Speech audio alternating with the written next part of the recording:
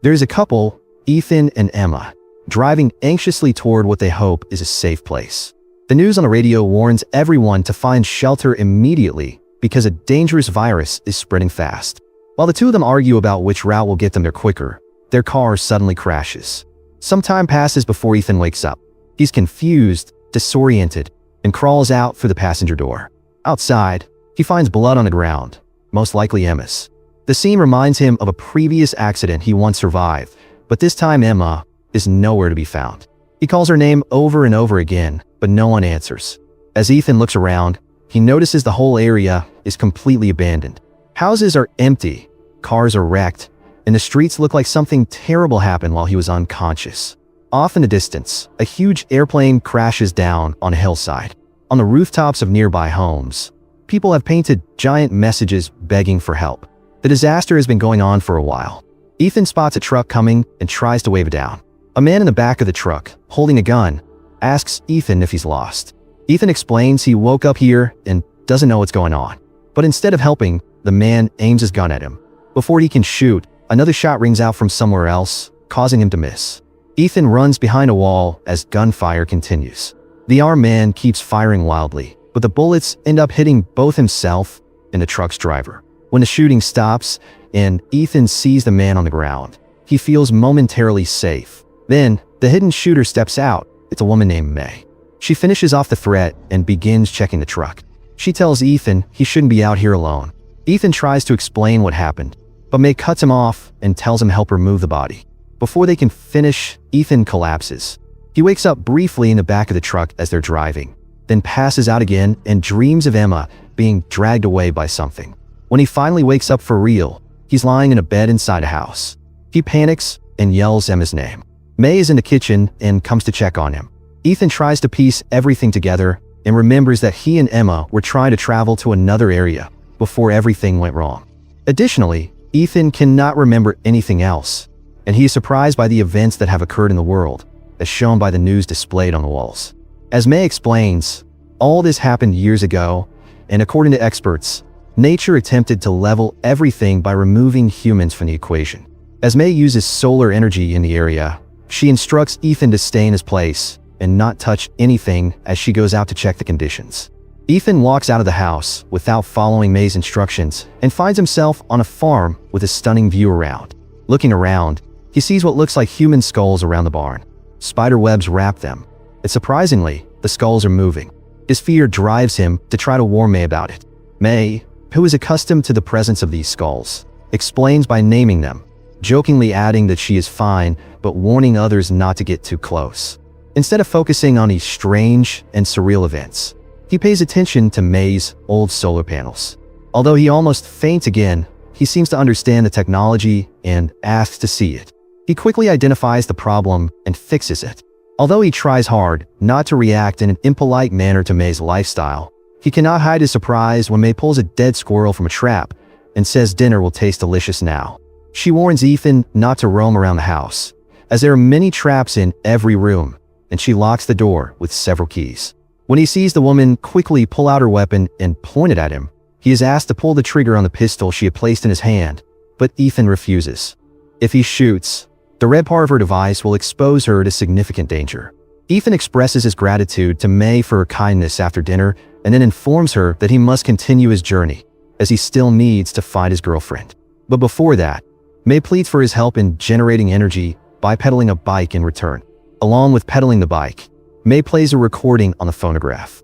After Ethan finishes and wants to go find Emma, May interrupts and invites him to dance with her. Ethan's discomfort increases, even as he feels embarrassed by his initial rejection.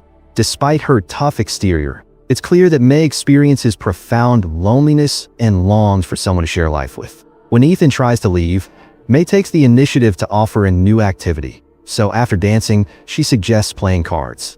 He finally admits that it is too dangerous for him to walk outside at these hours, but she assures him that she will help him find Emma the next day.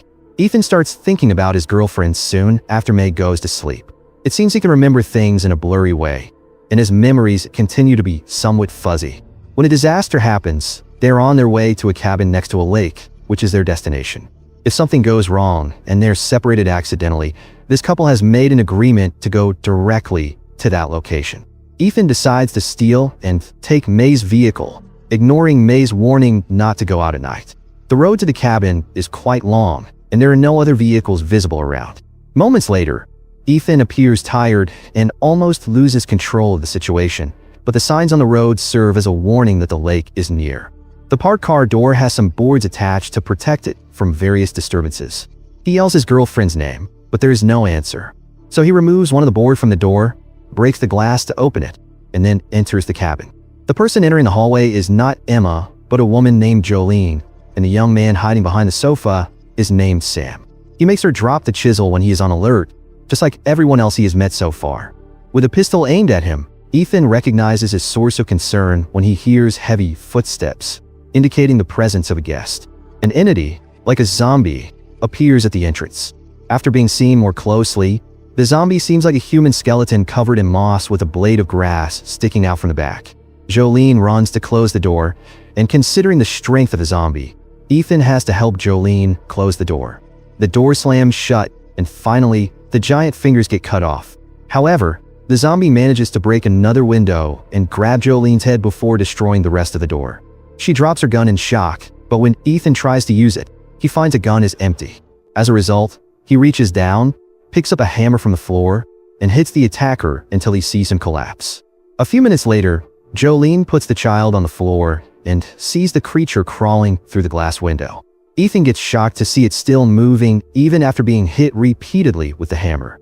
According to Jolene, there are zombies in the area, and they have reached a higher level. They are now more like plants than humans. Responding to Jolene's question about how he got his broken arm, Ethan reveals that he got it when he was with Emma. Trying to recall his lover, the latest information reveals that the virus consists of plant material. When a disease starts to develop rapidly, the couple decides to find a safe place in a remote cabin.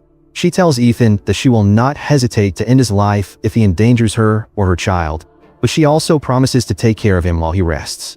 More of Ethan's nightmares happen that night, and he sees a mustached man sitting at a table in several different scenes where Emma is in danger.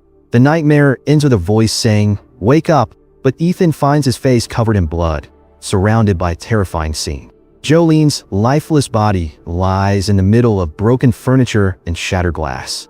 After leaving the cabin, Ethan sees a woman with red hair eating someone who has fallen. Her resemblance to the zombie from the night before shows that she may have been infected. As Ethan approaches the victim, it becomes clear that it is his child, Sam, who now moves away from him. The fiery-haired woman does not attack him when she returns precisely beside him. The woman seemingly tries to talk to him, but suddenly she gets shot down, and finally she dies.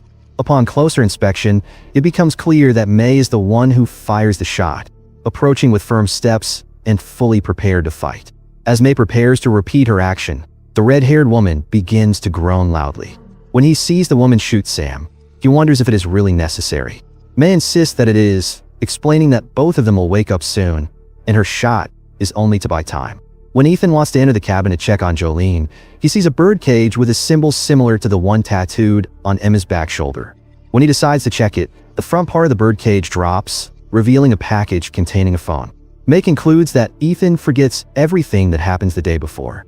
He realizes that Emma has recorded a video for him, where she cries and reveals that Ethan's forgetfulness is getting worse, and she's not sure how much longer she can endure. In the video, Ethan is seen taking a nap behind her. Emma's battery dies as she is about to give important advice, but she explains that time has changed and people have changed too. May asks him to stay calm as he yells in frustration, showing that if he makes excessive noise, it will attract zombies' attention. She explains that she has a phone charger at her place and suggests that Ethan accompany her. Considering that Ethan does not remember ever driving a vehicle to the cabin, he does not believe that he arrived there or even received her invitation. As he praises the car, as if he has never seen it before, May regrets that she cannot use it now because its battery is dead. Resigned to the idea of cycling home, she bends down to take the bicycle, dropping her glasses to the ground in the process. Ethan tries to be friendly to the stranger and conveys that he suffers from amnesia. After cycling for several kilometers, they complete the last meters on foot, passing numerous zombies at various stages of evolution along the way. Ethan tries to start a conversation with May by asking about her marital status.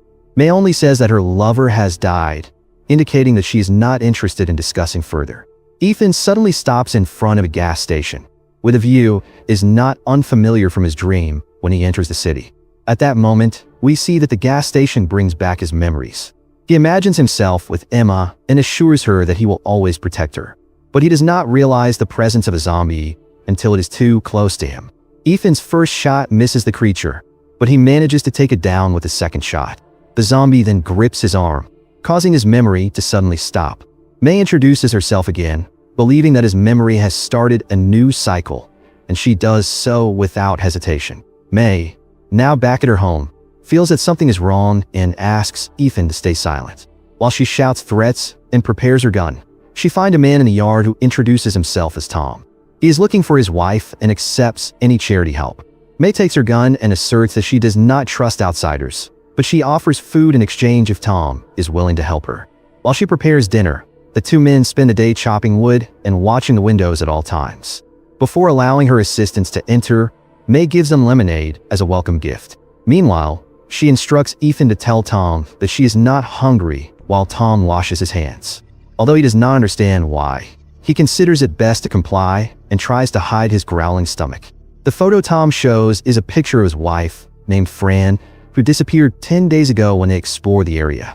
The last information Fran conveys to him is that she has found a house very similar to the one May currently lives in. While listening to the man, Ethan begins to feel dizzy and eventually faints. Taking advantage of the situation, Tom points a firearm at May again and takes her gun. This is thanks to Tom fabricating a story about needing to urinate when cutting wood with Ethan earlier, where he retrieves a second hidden gun. Although attacked, May remains calm and monitors the effect of the sedative she adds to the stew. As dizziness begins to hinder his movements, Tom also realizes that he has been tricked and May speeds up her efforts by striking his head. A few minutes later, when Ethan regains consciousness, he realizes that May is not there, but he hears her voice stating that she will return. However, he also witnesses the front door open and two armed men enter the building. One of them tries to wake Tom by shouting his friend's name, while the other gestures for Ethan to stay quiet. When May returns with a syringe in her hand, the intruders immediately capture her and tie her to a chair. Soon after Tom regains consciousness, he uses the codenames Fox and Wolf to refer to his friends. Before starting, he warns Wolf to be careful around the house, as there might be traps. Tom tries to convince Ethan that May has touched Fran and Emma before when they hunt. When Wolf asks about the contents of the warehouse in the living room, May answers that it is nothing more than dirt. He decides to investigate it after seeing signs of concern on her face. After finding Emma's jewelry lying on the bedroom floor, Ethan, who is still very sick, begins to accept Tom's belief. With a bag in his hand, Tom rushes down the stairs in anger and spills the contents of the bag onto the table. The collection, containing several cards, wallets, papers, and other trinkets, cannot belong to just one person because there is more than one of each item. Fox then directs Tom's attention to Fran's necklace among the items, and Tom is really upset with the situation. Ethan approaches him at that moment, pointing a gun, and insists that he reveal the truth about Emma. May confesses that the girl has been gone for quite a long time, but she states that she is not responsible for her death. When Wolf uses an axe to unlock the warehouse door, Fox decides to join in. As he enters, he immediately realizes that the location changes to look like a hospital. It turns out that he also recognizes the patient currently occupying the bed. It is one of his friends who also disappeared and now has lost one arm. At that moment, Wolf, who tries to warn Tom, rushes out of the warehouse but trips over a trap rope, causing an explosion, and finally, he dies. Fox is also affected by the explosion and loses his life right beside the skeletal zombie, which immediately starts eating him when he falls to the ground. As soon as Tom realizes that his friends are no longer with him, he decides to end his relationship with May permanently. But he does not realize that he is using May's gun, which has a trigger trap, so when a shot injures Tom's arm, Ethan reacts similarly to a zombie. When May tries to get out of the chair, a sudden change occurs in her pupils, causing her to jump towards the man to eat Tom, and finally, he dies. She kindly comforts Ethan, assuring him that he will not remember all this in a few minutes when he starts feeling nauseous.